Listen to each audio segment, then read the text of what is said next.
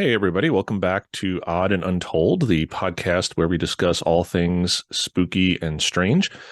And this is episode 29. It's our last episode of 2022. And I wasn't going to do an episode this week. It's the holidays and it's very busy and booking guests is tough. And I just decided to do a year in review show. So it's a clip show.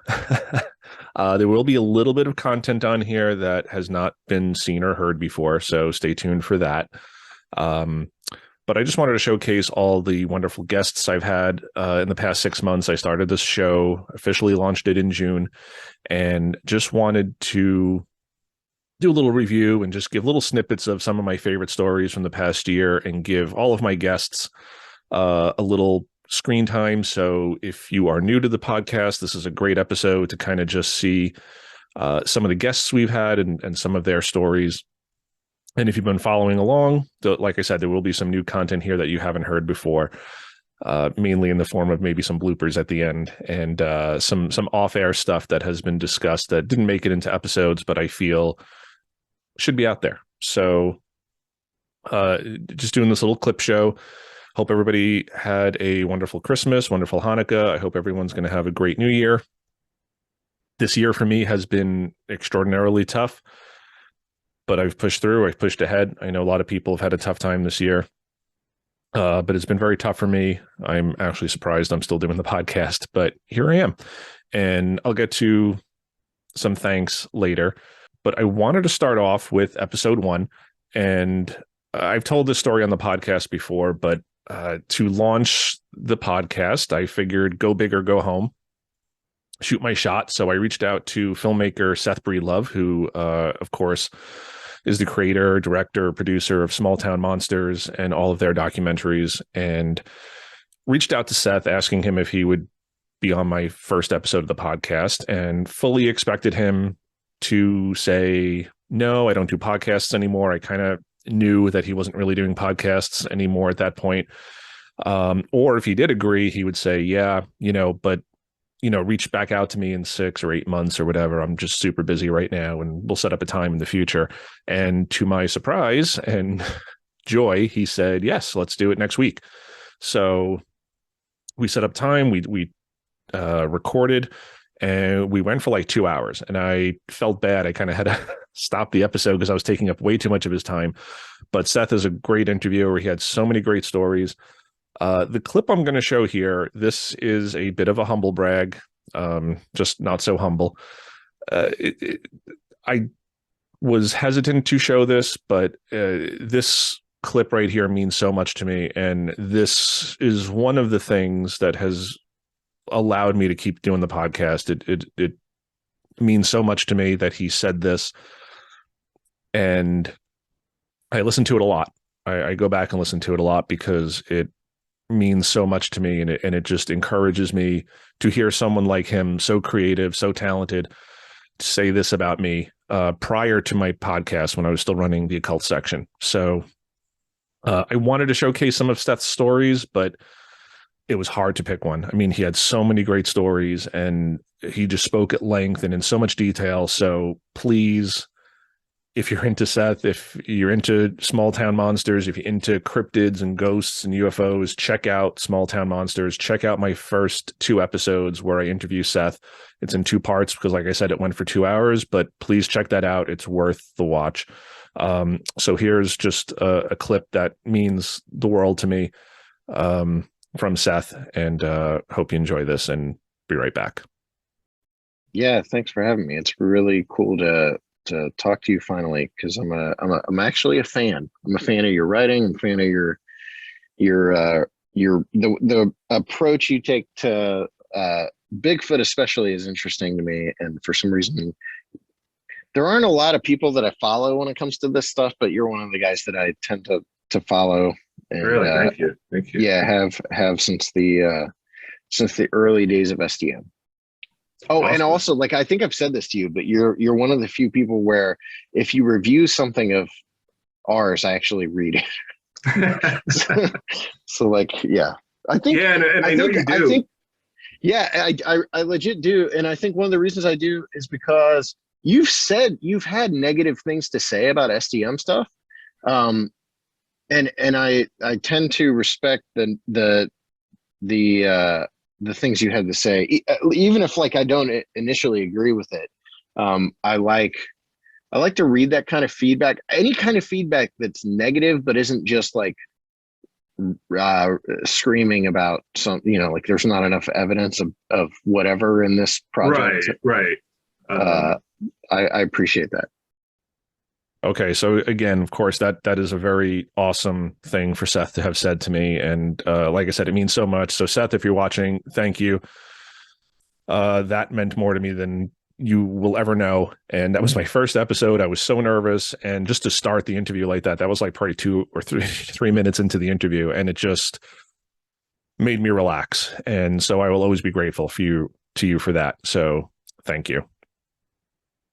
So we're going to move on now. And I started this podcast mainly with the intention of talking to friends, family, people I know, and getting their personal stories. That's really the thrust of this podcast. I didn't want to really focus on interviewing big names in the community, in the paranormal community, or the cryptozoological, the cryptid community.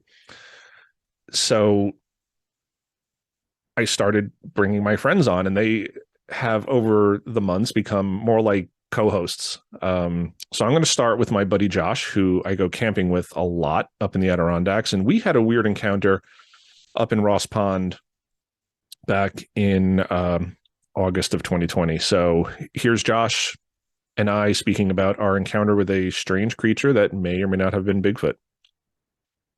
I forget what time it was. I'm thinking it was maybe 8:30ish. I remember it wasn't too late in the evening, because I remember after this happened, we were like, we got a lot of night left after this.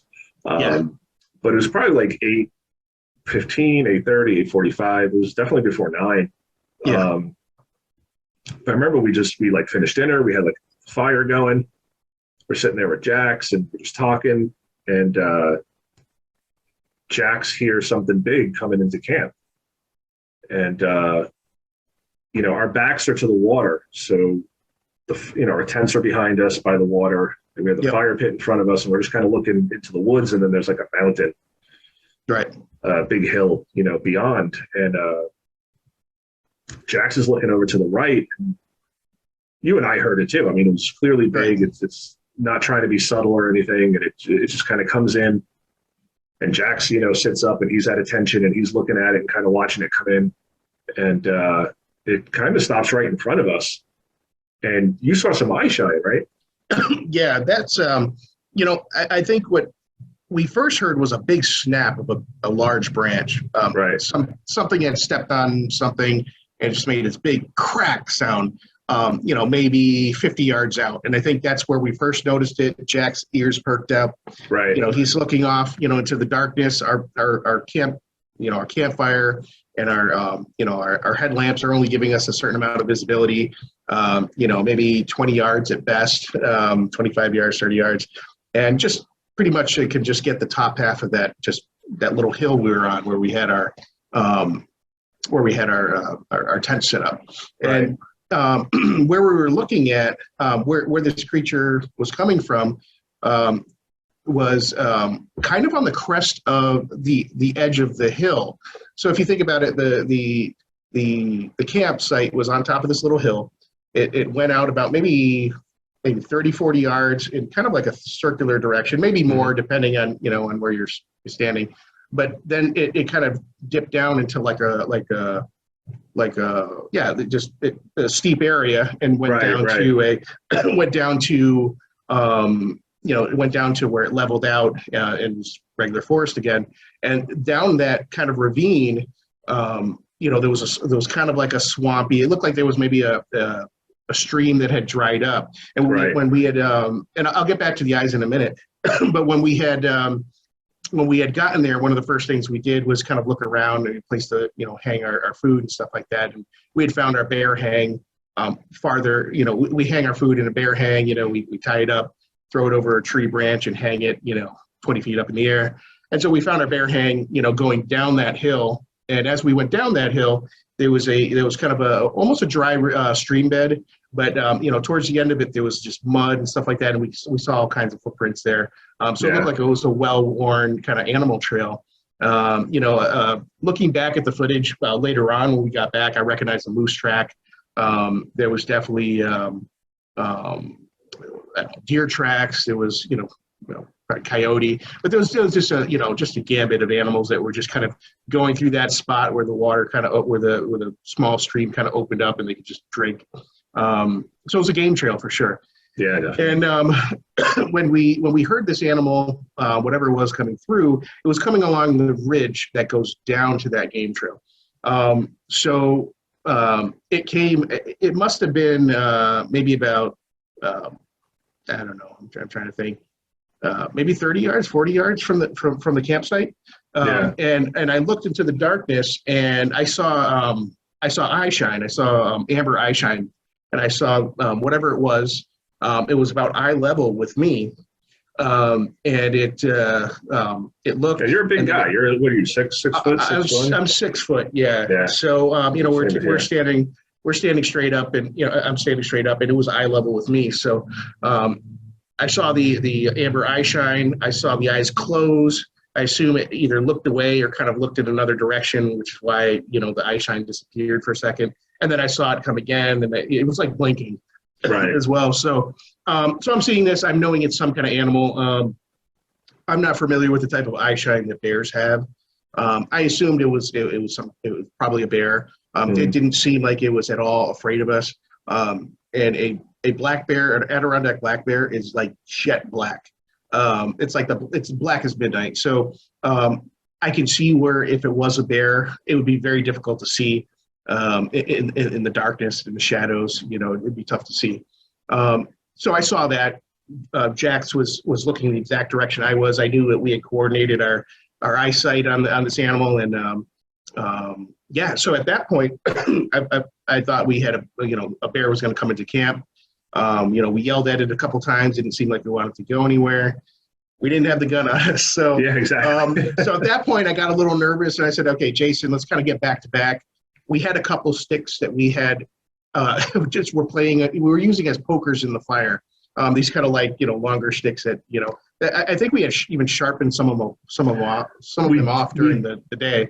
We did, I think, for the day before for the storm. We were kind of propping up the tarps over our tents, so we kind of sharpened the ends of them to go into the grommets on the tarps. Yes, that's what to kind of hold them up. Yeah, and we didn't need them the second day because the weather was beautiful. And we grabbed the sticks and we're grabbing our knives. Right. And I remember both of us are just yelling at this thing loud, and it's just stood there staring at us. And the thing that struck me was you were telling me that the eyes were by a certain tree, kind of shining your light on the tree. Right. Yeah, I saw the tree. I could see the tree. That was the thing. I knew where I was standing, and I could see that there was a tree that was closer to us as well, so I could kind of line it up with that tree. There's a few other trees, so I knew in the vicinity of exactly where his eye shine was coming from, and it was by this one big tall tree. And I remembered it in the morning as well, so I had a real good visual of where he was for certain. Yeah. And and again, the thing that freaked me out at the time is that you're telling me where this thing is, and I'm like, it's eye level with you, so about 6 feet tall. But I remembered that there was that drop right at the edge of the campsite, and all the trees are kind of in that drop. So if he's behind that tree and peeking out, is he 6 feet or is he 8 feet? So that became and this is all going through my mind as we're yelling at this thing, and I'm like, are we going to die? Because this bear is not running off, and we're 3 miles from not even civilization. We're just 3 miles from our car. And then I don't, how much of a drive would it have been after that? And I'm just like, we are out here alone. We have no guns, no cell service. It was scary, and I'm just like, is this thing 6 feet tall? Is it 8 feet tall? We didn't come to that. We didn't come to the. It didn't really click until the next morning. When we had saw it that night. We're just thinking, it's 6 feet tall. And, I'm thinking to myself, okay, an Adirondack black bear standing up on its hind legs, it could fit that bill for sure. Mm-hmm. And So I'm thinking it was just a bear, and eventually it just kind of went off and went kind of down that ravine, and I heard it kind of going more towards that, kind of towards the, towards that game trail. Yeah. And then we didn't hear it for the rest of the night, but obviously we're kind of shook up about it. We had a long time to go before we ended up going to bed. Yeah. But so we just talked to each other and just eventually we just fell asleep. But at probably 1 o'clock. So I think we talked for about 4 hours. I don't even remember what we talked about, but it's pretty much everything just to stay awake, just to make sure that it wasn't in the area. I think the idea was we didn't want to go to sleep unless we were sure that it had really moved on. Yeah. Skedaddled. Yeah. And, it wasn't really until the next morning that you had made the comment about, I think we were eating breakfast and kind of getting ready to go. And you had made the comment about, where'd you see that bear? Or where'd you see the eyes? And I said, right here. And I said, there's the exact tree. I was looking at it. And there was maybe like a knot on the tree. There was something on the tree. And that was like, from my vantage point, during the daylight, I could see that one spot where that was, that's where I saw the eyes. Yeah. And that was eye level with me. But you were like, oh, that's odd. Because if I stood next to the tree, I had to put my hand up, like this tall to kind of reach that knot. So then I'm like, well, if it was standing right here, then you're not talking about 6 feet, you talk about 8 feet. And now you're getting into like, maybe it wasn't a black bear, maybe it was a moose, or maybe it was Bigfoot, and then we had the bright idea to go over to the muddy area and look for prints. All right. So very weird encounter for both of us. We're both of the opinion that it was probably a bear or a moose. But there is that little bit of nagging doubt that we both have, I think. We're both pretty pragmatic and skeptical. So we want to explain this rationally. And, you're deep in the woods. You're going to come across bears and mountain lions and moose and all sorts of creatures. So the likelihood of it being Bigfoot is very small, but there's just those few little nagging aspects of this story that make us question what we actually did see. So next up is my buddy Scott, who I met through Josh, because Scott is a huge Bigfoot enthusiast, and we've just had so many great discussions over the past couple of years. And Scott joined us on a camping trip one night around the campfire, and we just had this awesome discussion. And we kind of said, we should record these, for like a podcast. And so, of course, like when I started the podcast, one of my friends and somebody who I wanted to co-host with me on occasion was Scott. So Scott here is going to be talking about Bigfoot road crossings, which have always baffled me, and they baffle Scott. And it was like kind of one of the things that, like, when Scott and I first started speaking, it's something he brought up, and I was like, yes, we need to discuss this. We need to talk about this. And I was going to do a blog post on it, but this is much better, just this back and forth with Scott. So enjoy our discussion on Bigfoot road crossings. One thing I wanted to touch on with you, and I was actually going to do a blog post about this before the podcast was even a twinkle in my eye, because when you and I first met or started talking, even online, probably before we even actually met in person, we were talking about Bigfoot road crossings. And that was something that I've always read about. It's on all the shows. A lot of witnesses have these nighttime kind of road crossings. And you were probably the first person who mentioned it to me and like really brought it up as like something that, not that it bothered you, but like you had real questions about it. So I definitely wanted to talk to you about that. Sure. Like, what are your thoughts on Bigfoot road crossings? Well, this is something that I even spoke with Will Jevning about, because just you hear, endless number of accounts and sightings. You hear roadside crossings, and obviously it's a thing, because that's where the majority of the sightings come. The fleeting glimpse of it crossing the road. Right. Now, the thing that always got me, what was just odd about all that, and I'm not denying, I'm not questioning the fact of any of it. It just seems odd that, as smart as these things are supposed to be, and most likely are, you'd think that they'd be smarter than a deer or any other wild animal out in the woods.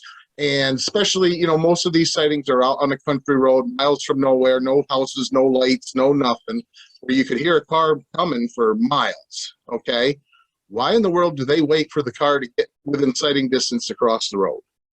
You'd think that they would sit there, and if they knew the car was coming, they'd just wait. And if they, as elusive and supposedly want to be unseen as we think they are, why wait till the car comes up within sighting distance and walk across the road in front of it? That one I don't get. And I brought that up, like I said, with Will Jevning, and that's just a head scratch. I mean, it just continues to tell you how much you think you start to know about these things, and it's just down the rabbit hole where it don't make any sense. One step ahead, two steps back. Why? If they don't want to be seen, they want to remain hidden, the elusive being that they're supposed to be, why in the world would they do that? There's even accounts of people hitting these things. You hear people. That's just it. They're not always giving them, 50 yards distance before they do it. People, like you said, hitting them or coming close to hitting them or swerving to miss them or, winding up in a ditch, missing them. Yeah, you're right. It's mind blowing. Right. I don't know the percentages. I'm not that into the mathematics of it all, but I do know that the majority of all sightings are road crossing. Or roadside, that someone can at least see them out of a vehicle window going by or crossing the road in front of them or whatever. Okay. So yeah, Scott is just so knowledgeable. I love talking to him about Bigfoot and just anything paranormal and strange. And he's just, we could record 5-hour episodes once a week and not really hit everything we want to talk about. So Scott, thank you for being a co-host, a guest host, along with Josh. And along with my next guest, who I'm going to introduce now. This is my buddy, John. And John and I have known each other about 35 years now. Met in high school. We've been best friends. We've been in bands together. We've been to hell and back together through life and death. So he's my buddy. He's my brother. And here he is talking about a weird experience he had many years ago with a shadow figure. And at the time he experienced this, he was not aware of shadow figures. John sort of shies away from the paranormal. So even getting him on the show, I've mentioned this in prior episodes, was difficult for me, to approach him. I just didn't think he would want to come on. But now he's been on a number of times. You can check out his episodes. And he didn't know what a shadow person was at this time. So when he told me about it, I knew what it was. And I said, it sounds like you saw a shadow person. So I'll let him speak for himself here. So this is John's story about when he saw a shadow person. Enjoy. All right. So it was July of 2000, and I had just moved to a new apartment. And it was so hot that July evening, that I couldn't sleep. And as I said, I just moved in. I didn't have any air conditioning. There certainly weren't any central units in the building. So what I decided to do was I decided just to keep the windows open and the shades were open, and it basically just let in the heat. So there was no way that I was getting to sleep. So I was just laying in bed, very awake. Sometimes things happen when you're maybe half awake or dreaming or whatever. I was fully awake. I could not sleep. And I happened to look outside my window. And right outside my window, I had a fire escape. Mm. And I turned my head, I remember very distinctly, to the right. And on the fire escape, I saw something. And basically, it looked like somebody, a very clearly human form, but basically a shadow. Mm-hmm. But very well-defined human form crouching down and looking in at me from the fire escape.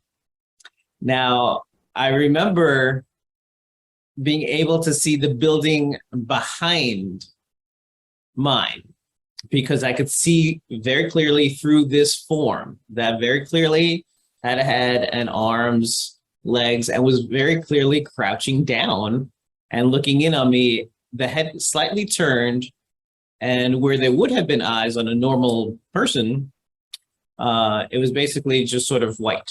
Mm-hmm. Wow.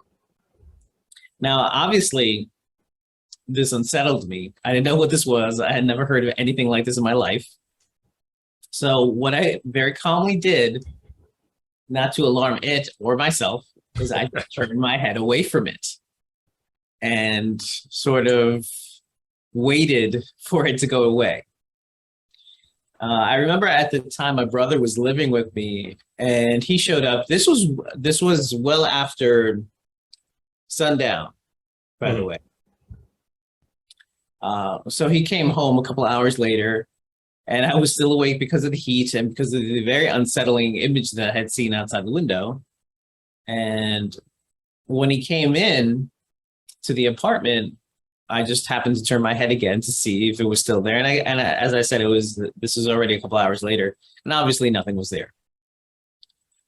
So I happened to mention it to you, of course, because we're friends, and Right. you tell these things to, and you have, we've always been interested in the supernatural, the preternatural, whatever you want to call it.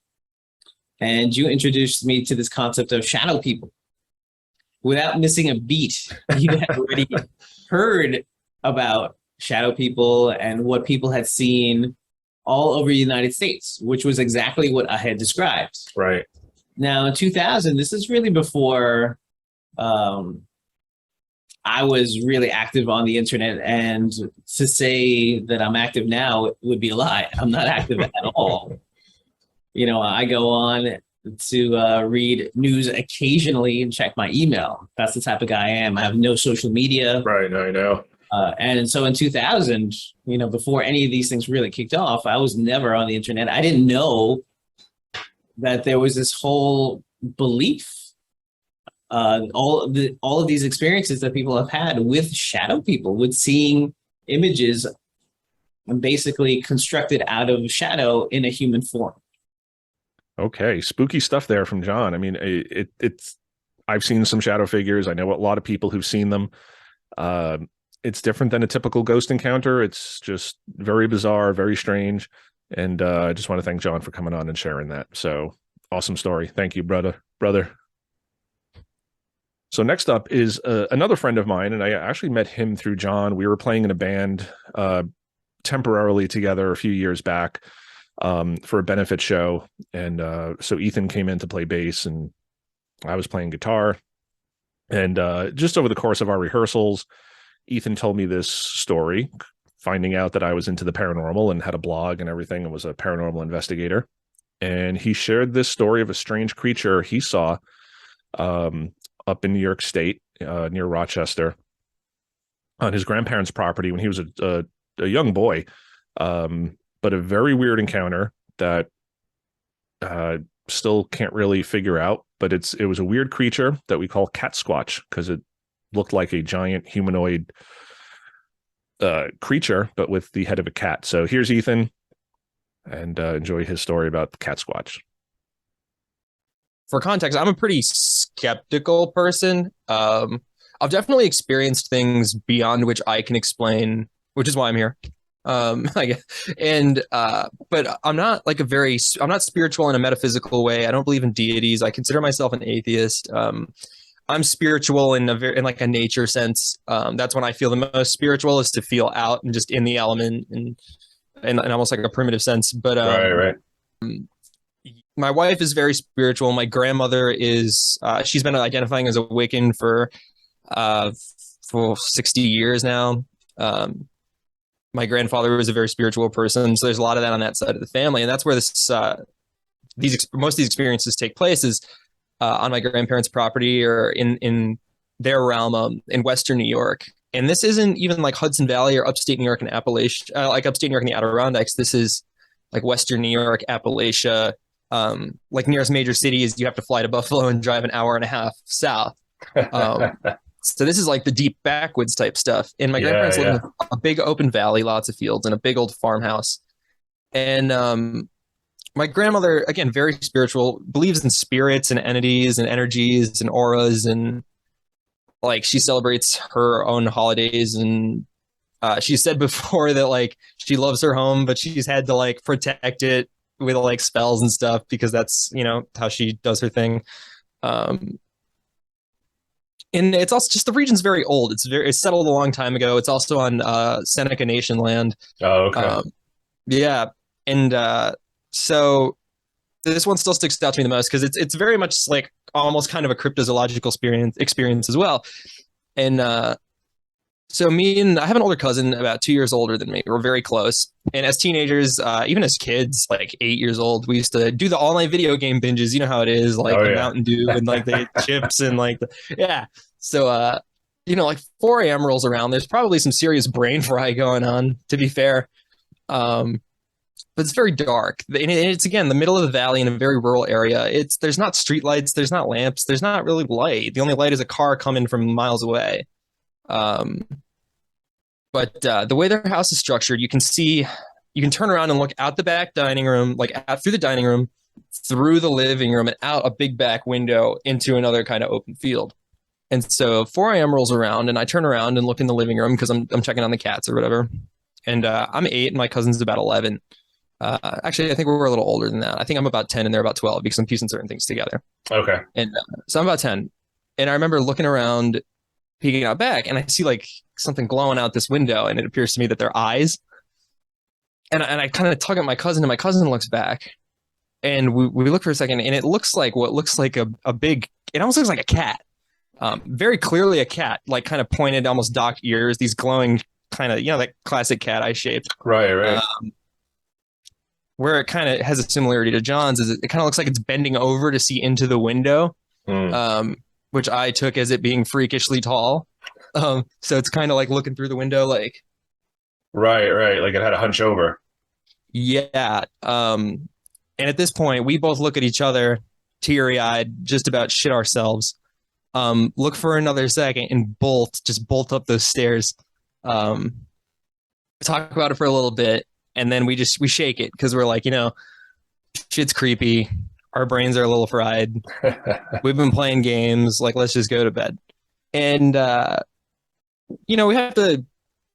And again, I'm 10 years old. So things happen. Your beliefs change. You see things a different way. You shrug things off. You try to rationalize things one way or another. But at this point, it's been about a decade because at this point, I'm 19 years old at this point in my life where it's going to pick back off. And my cousin's in his early 20s.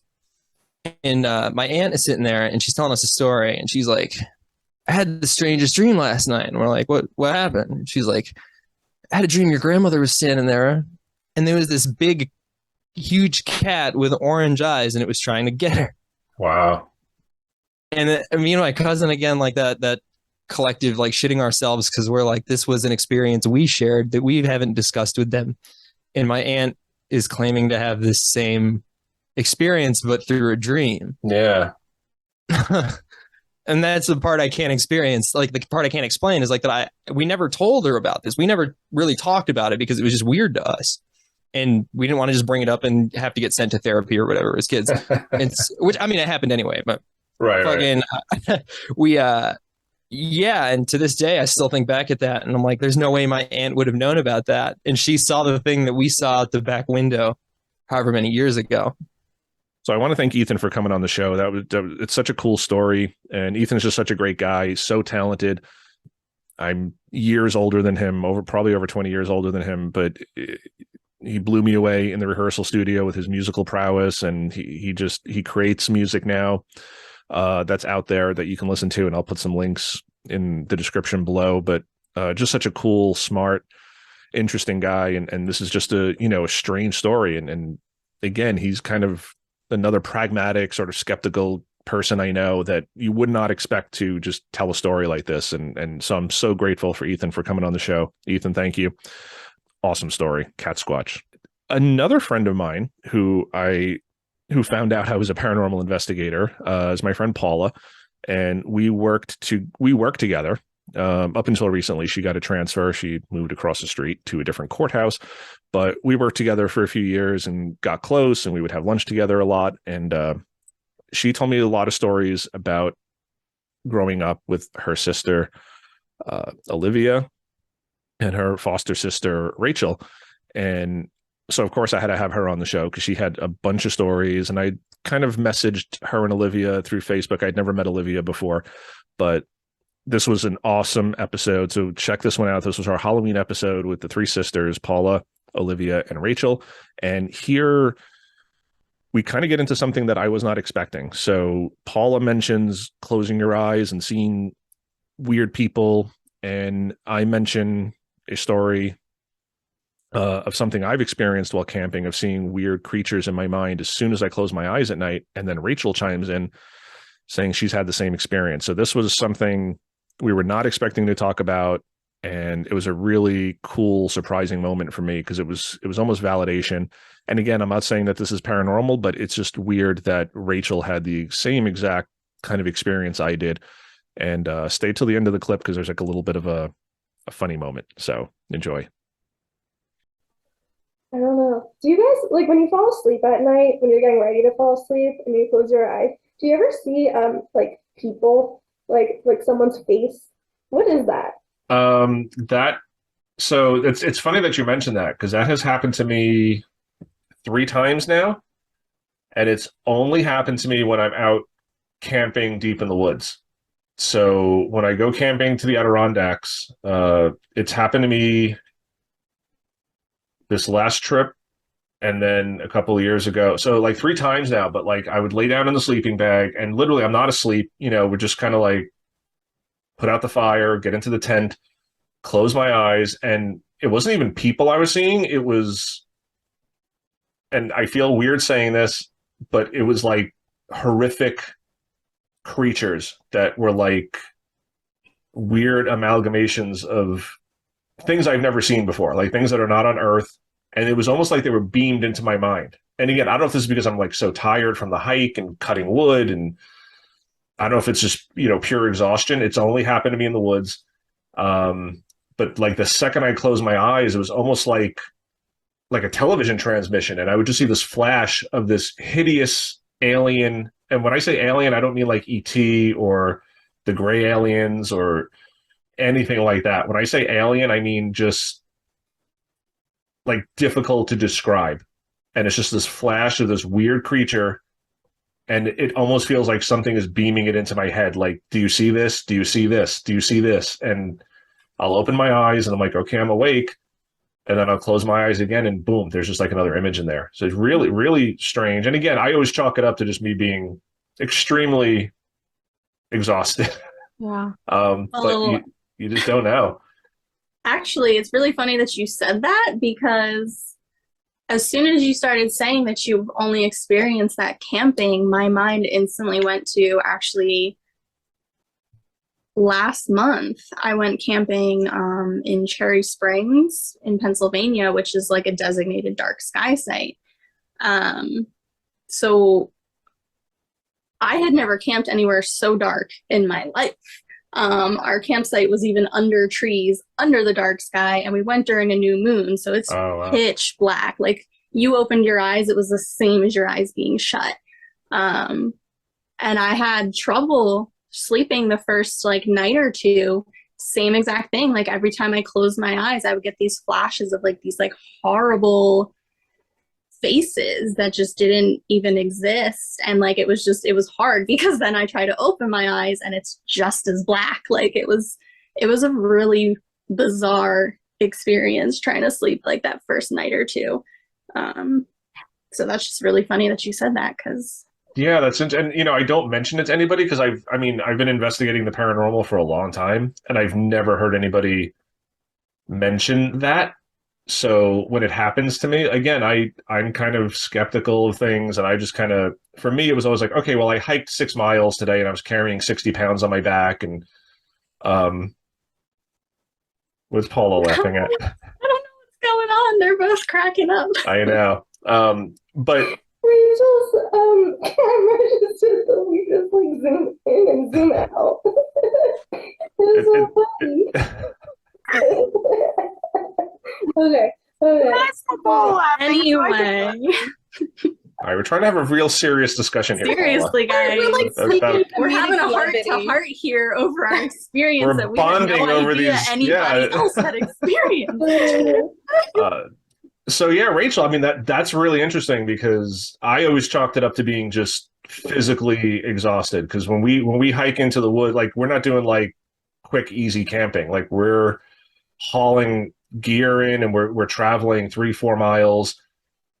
By the time we go to bed at night, we're just exhausted, or we're just drained and spent. And I always chalk that up to, it's just my brain, like the neurons are firing and I'm seeing these things that I couldn't even imagine. And again, like for me to even just like, because how would I even describe it to somebody? I can't even describe it. It's not anything I've seen before. They're just, I can kind of say kind of what they look like. One of them was kind of bird-like or dinosaur-like, but then the head was very like, it was just like these weird creatures. So, but it never happens at home. Like I've been exhausted at home and it's never happened at home. It's always been in the woods.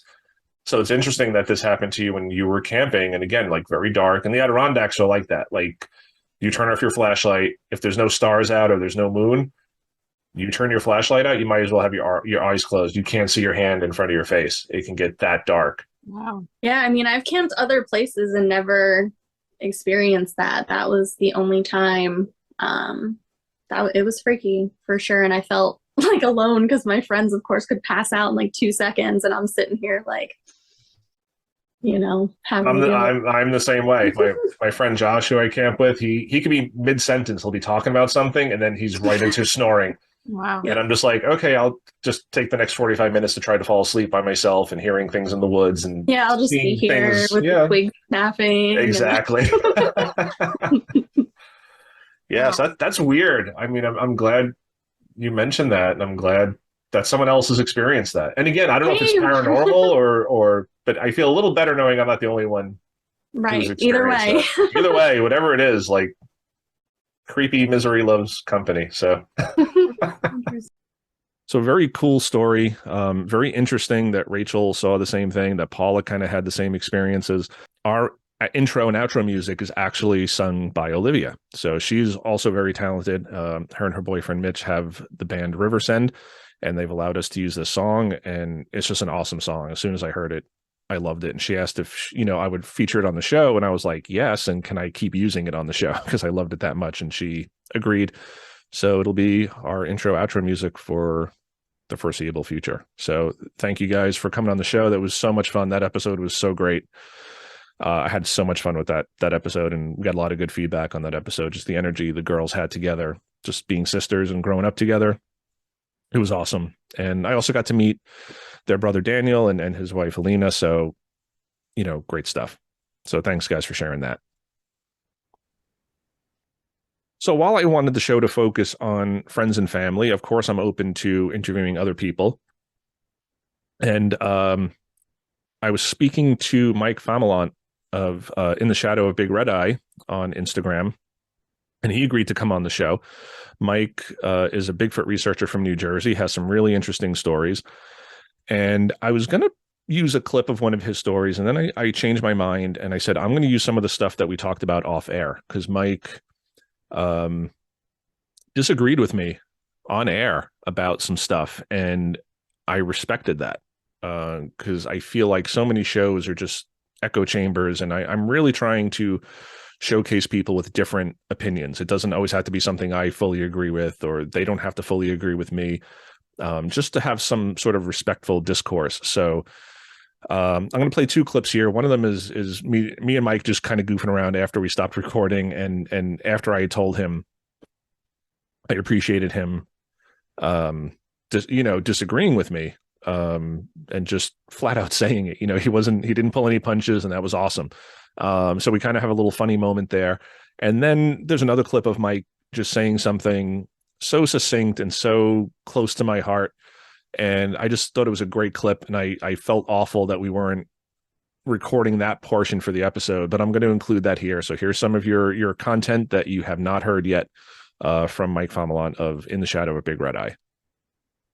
Yeah, no, I appreciate that. It was I do a lot of podcasts, and that was very easy flow, easy, very smooth going. So I appreciate that. Yeah, cool. Thank you. And I appreciate disagreeing with me, because I don't want, I don't want people on here, and it was kind of shocking to me, but because most people you talk to, they disagree with you, and then you find out later they don't really believe in that or whatever. But yeah. I just thought it was cool that you were like, I tend to disagree with you on that. So I think that's cool. And that's a professional way of doing it, and it makes good conversation too. I think that's with the podcast, you want to have good back and forth with the speaking about the topic. So that's one good way of doing it, is to disagree with the host. and you taught me something, like you talking about that 3-year cycle. Like that's something I didn't consider, so it opens my mind up. And that's, I think, something we've kind of lost in society these days is like, if you disagree with me, I'm not friends with you anymore. I don't want to talk to you anymore because I don't agree. And for me, I love when people disagree, because it's like, well, let me give you my point of view. And as long as you got you're not going to be like, well, you're just a stupid dummy head. Yeah. If if you have like a legit reason for disagreeing with me, I want to hear it, because then I might be like, oh shit, Mike's right. Like that's maybe I got to rethink my point of view. Yeah. Not even that, but just kind of open your mind up to like, oh crap, And I always say, and the way I leave all my presentations, I do a lot of library presentations, and the way I leave all my presentations is life with the possibility of Loch Ness Monster or Bigfoot is far superior to one without. Exactly. Isn't that the truth though? Oh, definitely. So if you can keep your mind open and have that kind of philosophy and outlook on life, then you're doing something right. So that quote really struck me. It's just kind of sweet and innocent, and it doesn't mean that's why we should believe, but the world would be a better place with these creatures in them, and just that wonder. So I thought that was an awesome quote. So piggybacking off of that, I'm leaving my bloopers in this episode. I'm sorry, everybody. You can just I usually try to edit them out, but I'm going to keep most of them in. Greg Walter, he's an author. He had a Bigfoot experience years ago, and Greg and I sort of disagree as well, because I'm of the belief that if Bigfoot exists, it's a flesh and blood creature, and Greg is more of the portal camp. He sort of believes that these things travel interdimensionally, and they are not necessarily of this world. They enter this world and then disappear from this world. So here's Greg's encounter, and he kind of explains towards the end why he thinks the creature that he saw emerged from a portal and is not necessarily of this world. Maybe flesh and blood, but not necessarily of this world. But as far as the actual physical encounter, I can get into that too. Yeah, I'd love to hear. And I saw this little side trail, and I knew that there was like a whole sort of a ridge line that fed out from there. And I wanted to explore it more. I just wanted to check out this area because it's tough to get into, and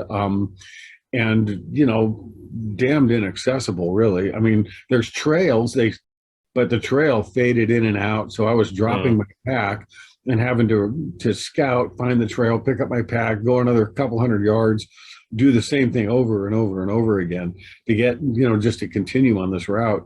And in the amphitheater, it's sort of surrounded on like three sides, about, roughly a little smaller than a football field.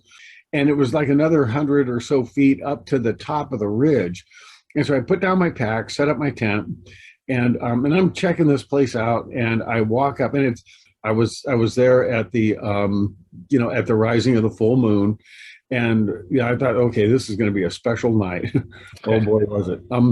And so at any rate, I come back down, and it gets to that time of the thin red line. And I walk over to this place. It looks like a little stream course. And I look down because I was standing on a flat rock, and there's this bare footprint. I went, okay, this is cool.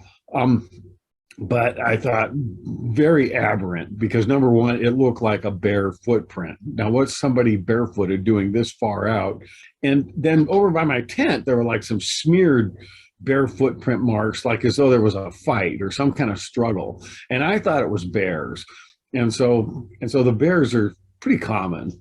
So anyways, I see this footprint. I kind of froze and was going, oh, wow, okay, what's going to happen tonight? And so then I go back to my tent, and the thin red line, and that time is very special. And so at any rate, but it's getting very dark, but the moon was going to be just a bright orb, but it was still rising, and it was on the other side of the ridge. So all of a sudden I hear this crunch, this crash, crash, crash. And I look over, and I could see something moving, and then it stops up at at the head of one of the upper ponds there, these small ponds that were in the amphitheater, and it starts drinking, slurp, slurp, slurp, slurp, slurp, slurp, waiting for this thing. I mean, it's like, Lord me, can I get you a taller pitcher of water? So how was it drinking? Did it put its face in the water, or was it using its hands? I think it put its face in the water. It was down putting its face in the water, drinking like that, because I could hear him slurping, and so I didn't hear a lot of splashing, noises or anything. And then I heard splash, splash, splash, crash, crash, stomp, stomp. Now this thing's making its way around, and now I can kind of see this figure, definitely a biped, very athletic. And then it looks at me with these icy gray eyes. It was just cold, sharp, reading my thoughts. And, I'm holding a flashlight. I'm absolutely just frozen in fear. And I get this message in my head. It's like, don't even think about it. Like, in other words, don't even put that light on me. You ain't doing that, And so I just stood there frozen. I stood my ground. I didn't back up. I didn't advance. And for me to advance, there was another little pond right by my tent, and I would have had to go wading across it to confront this thing. And I thought about it for a fleeting second, and no. And, okay, stay here. And so then the thing just did like this semicircle around me, and I could see it, pretty clearly, but it was dark. I mean, there was a very dark figure, with a fairly dark backdrop, but still it was a shadowy, very swift of movement, very athletic, just could gracefully. I mean, I had envisioned in my head that this thing could, like if a deer was standing 20 feet from him and took off at a dead run, he would have been able to catch it and kill it, no problem. And so I thought, there ain't no running away from this thing. and so it continued down the hill and just kept going. And moving quickly. I mean, stepping like this, but much thinner than this, but muscled. I could tell that this thing didn't have an ounce of fat, and probably a male if I had to guess, but I mean, it's not like I'm trying to find, breasts or anything on this thing. So from there, it just continued down the hill. Obviously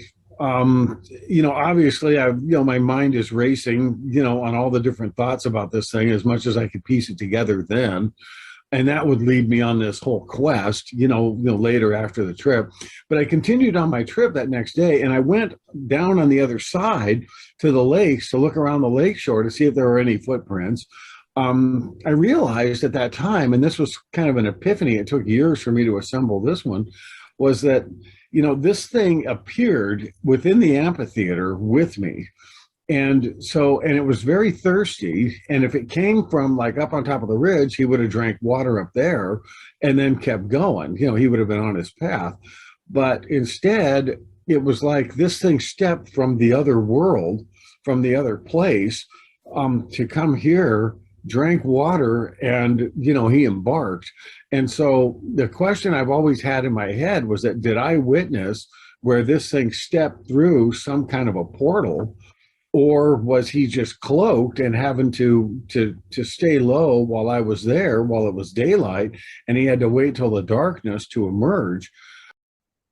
So yeah, Greg's got an interesting story. He was another one, very cool to talk to. And again, we didn't fully agree on everything, but that's not what the show is about. The show is about people coming on and telling their stories. No judgment zone here.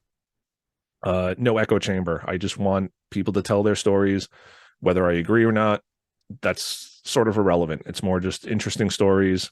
And Greg's story is really interesting because it does seem to have elements of flesh and blood where there's creatures drinking water. But to Greg, it seemed like this creature just kind of came out of nowhere. So interesting stuff. So Greg, thank you for coming on the show. That was another cool interview.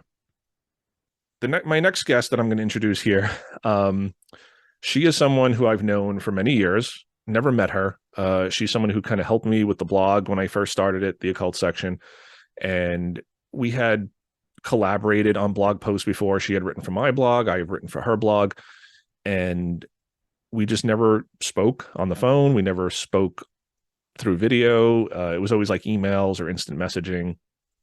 So I asked her to come on the show. This is Courtney Mrock of Haunt Johns, and Courtney is such a good friend, someone I've never met, but we had such a blast recording together, and we're hoping to do some collabs moving forward, because she's just a bundle of energy. I love her, and she's just so sweet and so giving, and she's got great stories, and just she runs a great channel, and her website is awesome. I can't say enough good things about Courtney, and this is another one I had so much fun with, and I appreciate having this podcast because it is allowing me to meet so many great people and reconnect with so many great people.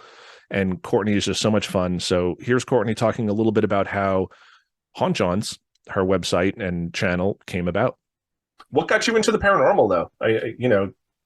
Like, was that just something you were always into, or like, why Haunt Jaunts? I think because, well, you know, even as a bitty kid, I was always into ghost scary, and my parents traveled quite a bit. You know, we were always not so much, well, we did travel by plane and stuff too, but always in the car somewhere, always going. My dad loved to go places, and he would take me to, you know, the Winchester Mystery House or ghost towns in Colorado. And he knew I loved anything like that. And, so he's really responsible for a lot of that. And then, I had several, you know, experiences, and one of them was when I was a paralegal. We used to live in Phoenix, Arizona, but I got sent to the office in Salt Lake City, and I stayed at this hotel. And one night I was sleeping, and, you know, I was woken up, and there was giggling, like children giggling in the drawers. And I was like, why? What is happening? Why are children? There can't be children in my room, but it was so visceral that I was like, well, this is the weirdest dream I've ever had, but it wouldn't go away even when I was awake. And the sense that something's there, you know, that sense you get. So I got up and I checked the drawers there's no way kids can be in a drawer. And my mind knew that, but I had to still check. So I checked, and then I was walking to the bathroom while I'm up, go to the bathroom. And this, you know how they have those open closets sometimes in hotels, and they'll have a spare pillow or blanket. Yeah. Yeah, so I was walking past that, and something flew off the shelf at me, and I ducked, and then I flipped on the light. I'm like, what is happening? And nothing. There was nothing there, but something big and black, about, I would say the size of a pillow, was coming at me. So, you know, I ducked, and nothing was there. Didn't think anything about it. Went back to bed, and then went back to Arizona. And one of my fellow paralegals said, oh, she was from Salt Lake City. Where'd you stay? What'd you do? And I told her the Shiloh Inn, and she goes, oh, that has a really tragic history. A lady threw her 7 children off of, you know, from one of the floor's windows, and then, you know, committed suicide. And it was this huge story about her husband was some crazy religious guy, and he'd been killed, and she thought that the kids were the devil's spawn. And so she threw him off, and for years I didn't know, did it happen, didn't. But when I posted it on Haunt Jaunts, eventually little details were coming in from people who had stayed there at that time and saw, yes, I was there that summer that happened when she did that. And then one of the kids actually survived and went to go live in Colorado, of all places, and where I'm from. That's why I say all places. But it was so weird. And I was like, but I'll never forget when she told me, oh, that's where, you know, the lady threw her kids. I got just goosebumps. I was like, what does that mean? So then we moved to Florida in '99, and we were in Harry's down in St. Augustine, and I went to go use the bathroom on the second floor, and it was empty. I was the only person in there, but I'm washing my hands, and I'm like, you know, I can see in the mirror, nobody's there, but somebody else was there. So I went, you know, as soon as I left the bathroom, I'm like, oh, I'm so silly. But it was just such a weird reaction. So then I'm in Barnes and Noble looking at haunted places in Florida, and it says, you know, the ghost in the bathroom at 46 Avenida Menendez. And I'm like, where is that? In St. Augustine. And so I'm like, what's 46 Avenida Menendez? So figured it out. It was Harry's. So after that, I would drag my husband every weekend. Let's go check this place out. We went all over Florida. And then finally, you know, every time we got somewhere, I'm like, so tell me about your ghost. And he's like, he figured out, when I'd say, do you want to go to so-and-so this weekend? He's like, is this another one of your haunt jaunts? So he's the one who named. Oh, wow. Okay. He named it. That's cool. And how does Wayne deal with following you everywhere to these places? The good thing is he loves to travel. Oh, that's awesome. He has a total gypsy spirit. He does not like ghosts. He does not like horror. He does not like the paranormal. So he is not happy about sometimes when I'm like, I booked us in this cool haunted hotel. There's no excitement on his part, but he goes along. So there's Courtney with her story. And as you can see, she's so much fun. And I'm going to have some bloopers probably because we talked off air for a long time after we finished recording. And we just have so much fun together. And we have a really good chemistry. So I really want to collaborate with her in the future. And I know she's working on some stuff behind the scenes. She just told me the other day. So hopefully that'll be coming up in the new year. But she's just so much fun. Check out her channel. Again, links for so many things are going to be in the description below. So check them all out and give her some love because Courtney is just awesome. Another person I've known for a few years now, Facebook friends with, aware of, Gail Beatty. She runs Bigfoot Researches of the Hudson Valley. And she has posted a lot of interesting evidence on her page. And again, Gail is somebody that I don't always agree with. And I think she knows that. And that's fine. And we respect each other. But Gail's another one who's just so sweet and so generous and so giving. And I love her enthusiasm. I love her energy. She's very well versed. She's very knowledgeable. And she and her team investigate Bigfoot sightings in the Hudson Valley, which a lot of people don't realize that there's a lot of Bigfoot activity up there. They think it's either Pacific Northwest. If they do think of New York, they're thinking Whitehall, they're thinking the Adirondacks. Hudson Valley is not that far from New York City, but there's a lot of wilderness up there, the Catskill Mountains and parks. And she just has a lot of stories. She had her own experience, but she also shares with me on the episode we talk about a lot of stories that she's investigated that people have told her. So she's another one who's just a wealth of interesting stories. And here she's going to talk a little bit about her initial experience, what got her into Bigfoot, and how it sort of led into her creating her organization. So here's Gail. Well, I had an encounter when I was a teenager. I grew up in the town of Pine Plains, New York, which is in Dutchess County, about 2 hours north of Manhattan. And we moved there in the 60s. And I was camping one night by myself. I used to always be in the woods. I rode horses, I hunted, I fished. We lived on a lake. And one night I decided to go solo camping up on the mountain at my favorite spot where I would always be. And so it started to get dark and I heard this owl, and it was a loud owl call, and it was a little bit raspy, and I don't know, just something odd about it. So I was alone. So I said, okay, don't worry, it's just an owl. And then all of a sudden, this yell, scream, howl, like that shook my chest. I mean, it was unbelievably long and frightening and nothing that I'd ever heard before. And I was terrified. I froze and I felt the blood just drain out of my body. And I just felt like if I don't get out of here, this thing is going to get me. So I got up enough nerve and I just bolted out of the tent and slid down the steep ravine that I had to climb up to get there and burst into the house. And my parents were like, where were you? What's the matter? Because I was crying and I said, there's something up on the mountain and it's after me. So they're like, well, that's what you get for going up there by yourself, right? So anyway, that always stuck in my mind. But at the time, I had never heard about Bigfoot.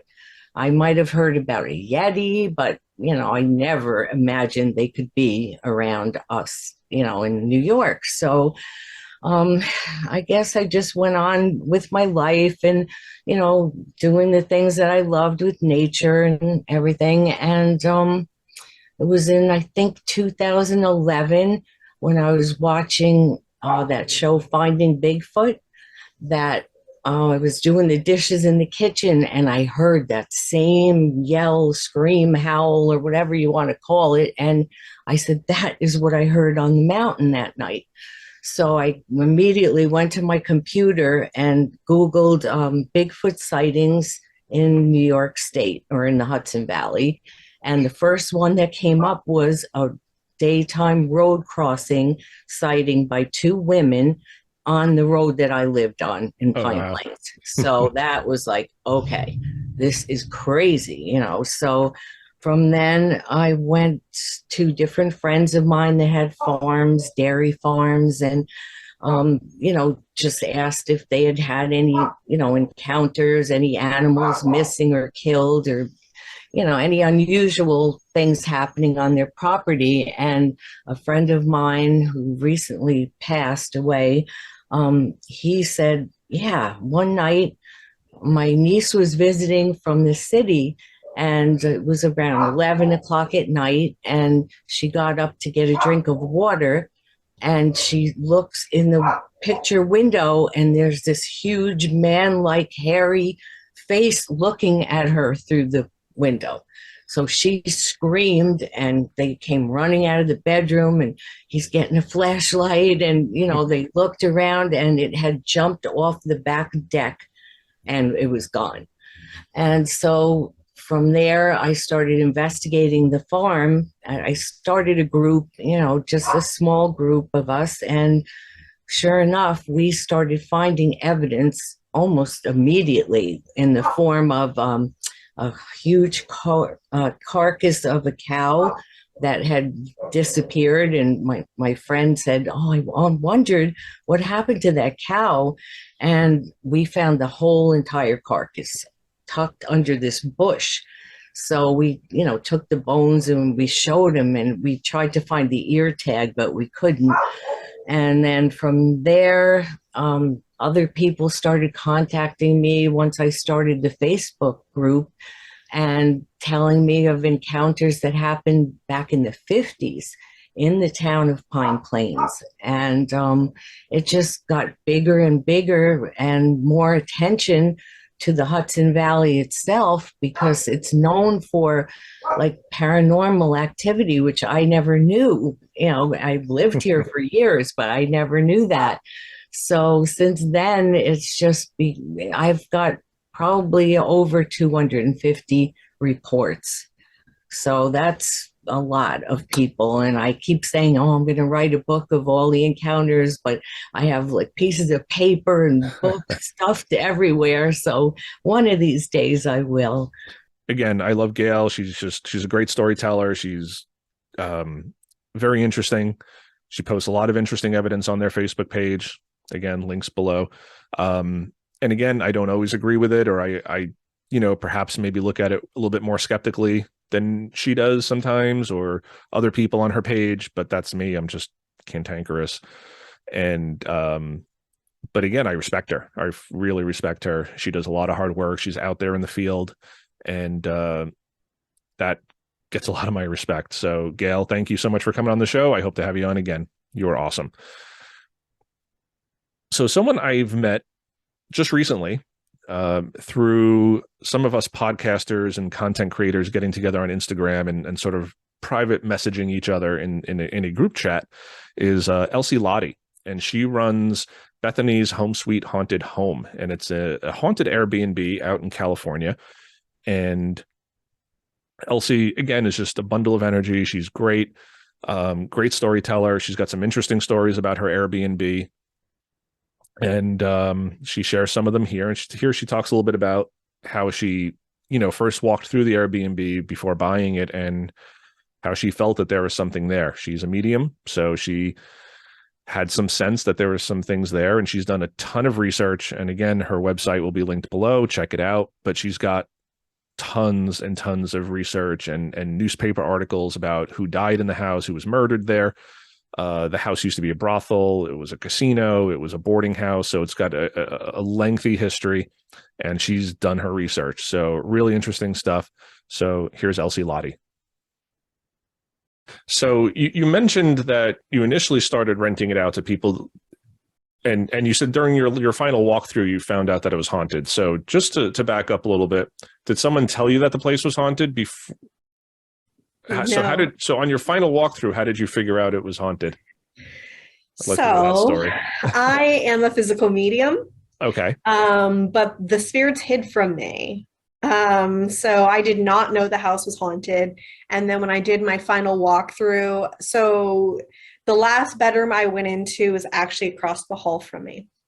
And I was more concerned with seeing this than that bedroom. So I don't know that I ever went into it. So I was doing my final walkthrough with my handyman and my real estate agent. And I walk in there and I go, ugh, I don't like this room. There's a girl in that closet. And they just kind of look at me like I'm crazy. Well, the next time I'm really in this house was a paranormal investigation. So wow. I had a friend who has a friend who has like done like paid paranormal investigations tours before, and she was happened to be going to be in town like 8 miles away. And so she said, hey, do you want to come check out this ex brothel that's haunted? And she's like, yeah. And so they didn't take it very seriously. They showed up at like 1 o'clock on a Saturday afternoon, right? This isn't the normal time paranormal investigators walk into a house, but they walked into the house. So I had never met the woman. I've never spoken to the woman. She knew nothing because it was arranged by a friend who also didn't know anything. She walks in. First thing she does is go into that room because it's right inside the front door. She comes out and she says, I don't like that room. There's a girl in the closet. And I said, I know. And so they came in and they just had so much activity right away in the house as far as touching and EVPs and all sorts of stuff that they were like, hey, we were supposed to do this investigation at this other hotel, but we want to scrap it and come here instead. Is that fine? I'm like, bring it. Like, yeah, sure, of course.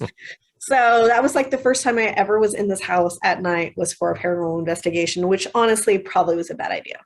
Okay, another cool story. I love hearing all these stories. I mean, just for everybody to come on and share their experiences, and this is really just a cross section. This is not, Josh has been on a bunch of times, Scott's been on a bunch of times, John's been on a bunch of times. These are just a very small sampling of some of the stories that I've heard just in the past 6 months. And it's been awesome doing this podcast. And I appreciate each and every one of you for listening, for watching, for sharing, for subscribing, for leaving reviews. I've gotten such great feedback on this, and it's just, like I said, I have not felt really great this year. Gotten my ass kicked emotionally, honestly. But I have so many great people in my life to support me, friends, family, coworkers. And I appreciate all of you. I appreciate all of you. I really appreciate all of you. So thank you all for watching. And we're going to wrap it up here. I'm going to throw some bloopers here at the end. A few, just a little out of context stuff. And these will probably become a YouTube video exclusive to YouTube, just because you kind of need the visuals. So if you're listening on a podcast, some of these will be a little bit funnier than others. But I just wanted to end the show on a light note. And again, thank you all for listening, for watching. I'm going to wrap this up. I have a back injury right now, and I'm in tremendous pain. So sitting here recording this and having to edit this is going to be a little tough this week. So I'm just doing a quickie clip show. Nobody likes clip shows, but hopefully you guys like this one. So again, thank you, everybody. Stay tuned after the bloopers. You're going to hear Moonlight by Riversend. Awesome song. And we'll see you guys in 2023. Thanks for watching. Rock and roll. All right. And hey everybody. Hold on. I'm sorry. I usually give it a few seconds just so I can edit it. So most things I read were like an hour is a good time to shoot for. Like 50 minutes to like an hour and 10 minutes, anywhere in there, like an hour average. They said beyond that, people kind of lose. Yeah. Hello. Hi, baby. Where are you? Oh, I'm talking about the girls with the big boobs who show off their boobs, and it's like, I'm a ghost hunter, but look at my boobs, and I'm like, but thank you guys again for coming on. Thank you, Jason. Thank you for having us. And I'll talk to you guys soon. Paula, I'll see you soon, maybe. Bye. Happy Halloween. Bye. Happy Halloween. Happy Halloween. All right. You guys don't have to jump off yet. I just, Paula jumped off.